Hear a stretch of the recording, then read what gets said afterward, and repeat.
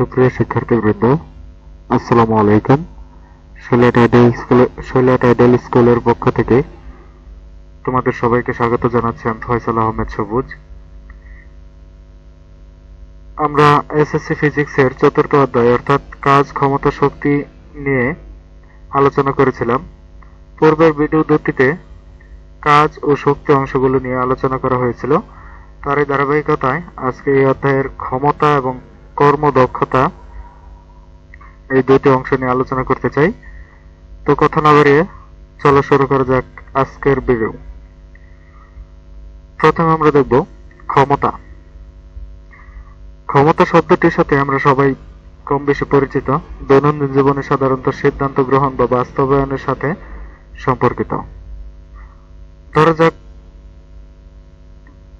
কোনো কাজ করা হবে, অর্থাৎ কোন কাজ কত দ্রুত করা হয় বা কত ধীরে করা হয় তার পরিমাপই হচ্ছে ক্ষমতা। ধরা যাক দুজন বন্ধু একই ভবনের 5 তলায় থাকে। তো লিফট নষ্ট হওয়ার কারণে প্রথম বন্ধু 5 মিনিটে 5 তলায় ওঠে এবং দ্বিতীয় বন্ধু 3 মিনিটে 5 তলায় ওঠে। যেহেতু তারা দুজনেই একই পরিমাণ কাজ করেছে,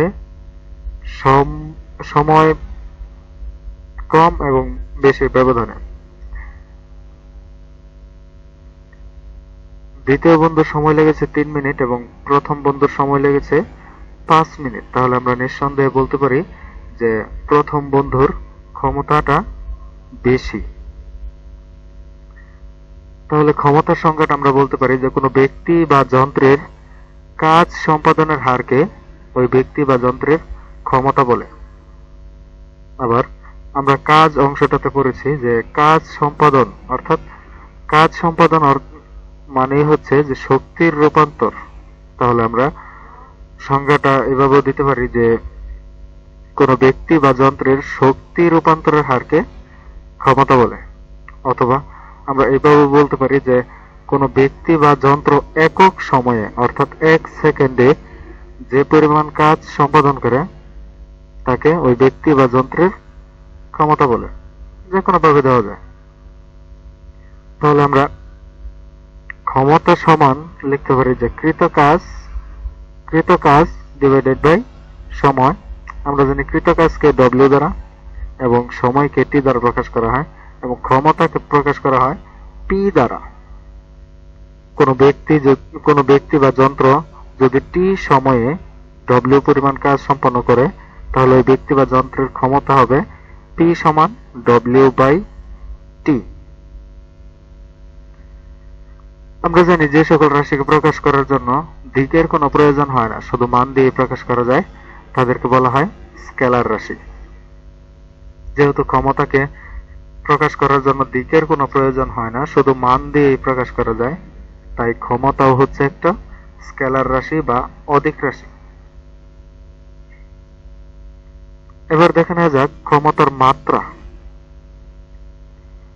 আমরা জানি ক্ষমতা সমান কি? কৃত কাজ ডিভাইডেড বাই সময়।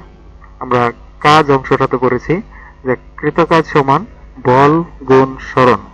তাহলে আমরা কৃত কাজের পরিবর্তে লিখতে পারি বল গুণ সরণ। আবার বলের পরিবর্তে আমরা পদার্থবিজ্ঞান তৃতীয় অধ্যায়ে পড়েছি যে বলের পরিবর্তে লেখা যায় ভর গুণ ত্বরণ। তাহলে আমরা বলের পরিবর্তে লিখতে পারি ভর গুণ ত্বরণ গুণ সরণ ডিভাইডেড বাই সময়। আবার ত্বরণের পরিবর্তে আমরা লিখতে পারি বেগ ডিভাইডেড বাই সময়। তাহলে আমার রাশিটা দাঁড়ায় ভর গুণ বেগ ডিভাইডেড বাই সময় গুণ সরণ ডিভাইডেড বাই সময়। আচ্ছা, আবার বেগের পরিবর্তে আমরা লিখতে পারি সরণ ডিভাইডেড বাই সময়। নিচে আছে সময়। তাহলে সম্পূর্ণ রাশিটা আমার দাঁড়ায় ভর গুণ সরণ গুণ সরণ সমান হচ্ছে সরণ স্কয়ার গুণ ভর সময় গুণ সময় অর্থাৎ সময়কে 3 বার গুণ করলে আমরা জানি সময় কিউব। আবার ভরের মাত্রা এম এবং স্মরণের মাত্রা এল। স্মরণের উপরে স্কোয়ার আছে, স্কোয়ার। সময়ের মাত্রা টি, টি। কিউব আছে, কিউব।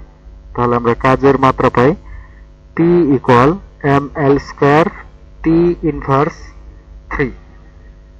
কাজের মাত্রা P equal M L square T inverse 3। আমাদের মনে রাখতে হবে মাত্রা লেখার সময় অবশ্যই থার্ড ব্র্যাকেট দিয়ে লিখতে হয়। এবারে ক্ষমতার একক, যেহেতু কাজের একককে সময়ের একক দিয়ে ভাগ করলেই, কৃতকাজকে সময় দিয়ে ভাগ করলে ক্ষমতা পাওয়া যায়, তাই কাজের একককে সময় দিয়ে ভাগ করলেই ক্ষমতার একক পাওয়া যাবে।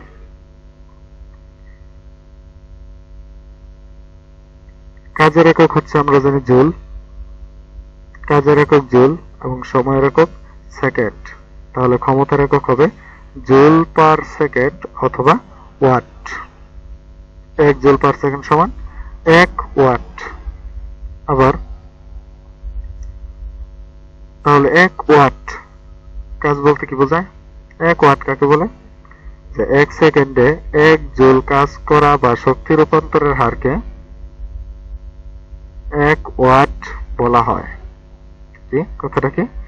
1 সেকেন্ডে 1 জুল কাজ বা শক্তি রূপান্তরের হারকে 1 ওয়াট বলা হয়। 1 ওয়াট অর্থাৎ ওয়াট শব্দটি মানে ওয়াট এককটি খুবই ক্ষুদ্র, এজন্য অনেক সময় কিলো ওয়াট এককটি ব্যবহার করা হয়। 1 কিলো ওয়াট সমান হচ্ছে 1000 ওয়াট। আবার 1000 কিলো ওয়াট সমান 1 মেগাওয়াট।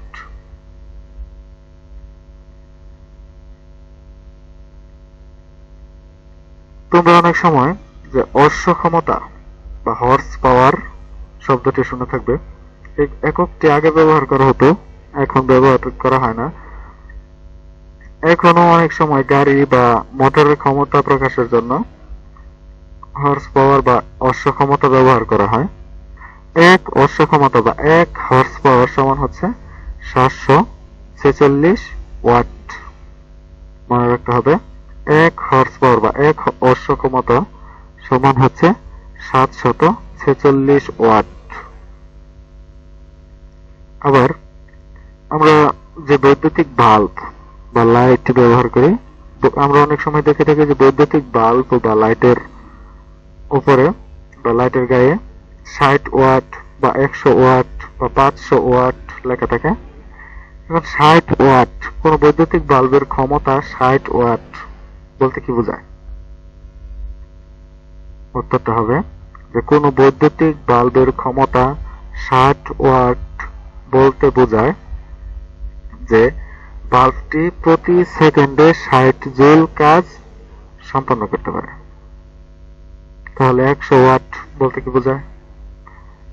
কোন বৈদ্যুতিক বাল্বের ক্ষমতা 100 ওয়াট বলতে বোঝায় যে ওই বৈদ্যুতিক বাল্বটি প্রতি সেকেন্ডে অর্থাৎ একক সময়ে 100 জুল কাজ সম্পন্ন করতে পারে। তাহলে এই ছিল আমাদের ক্ষমতা। এবারে কর্মদক্ষতা। শক্তি রূপান্তরের সহায়তায় আমরা দৈনন্দিন জীবনের প্রয়োজন মিটিয়ে থাকি। যেমন পেট্রোলে সঞ্চিত রাসায়নিক শক্তিকে গতিশক্তিতে রূপান্তরের মাধ্যমে আমরা ইঞ্জিন চালাতে পারি। শক্তির সংরক্ষণশীলতা নীতি অনুসারে শক্তি কখনো ধ্বংস হয় না বা নতুন করে সৃষ্টি হয় না, শুধু এক রূপ থেকে অন্য রূপে রূপান্তরিত হয়। তাহলে আমরা যে পরিমাণ জ্বালানি ইঞ্জিনে দিয়ে থাকি সেই পরিমাণ লব্য কার্যকর শক্তি হওয়া উচিত, অর্থাৎ ইঞ্জিনের ঠিক সেই পরিমাণ কাজ করা উচিত। কিন্তু বাস্তবে এটা হয় না। দেখা যাচ্ছে যে আমি যে পরিমাণ জ্বালানি দিলাম লব্য কার্যকর শক্তি সে পরিমাণ পেলাম না। এটি প্রধানত হয় এই কারণে যে ইঞ্জিন ঘর্ষণ বলের বিরুদ্ধে যে কিছু কাজ করতে হয়।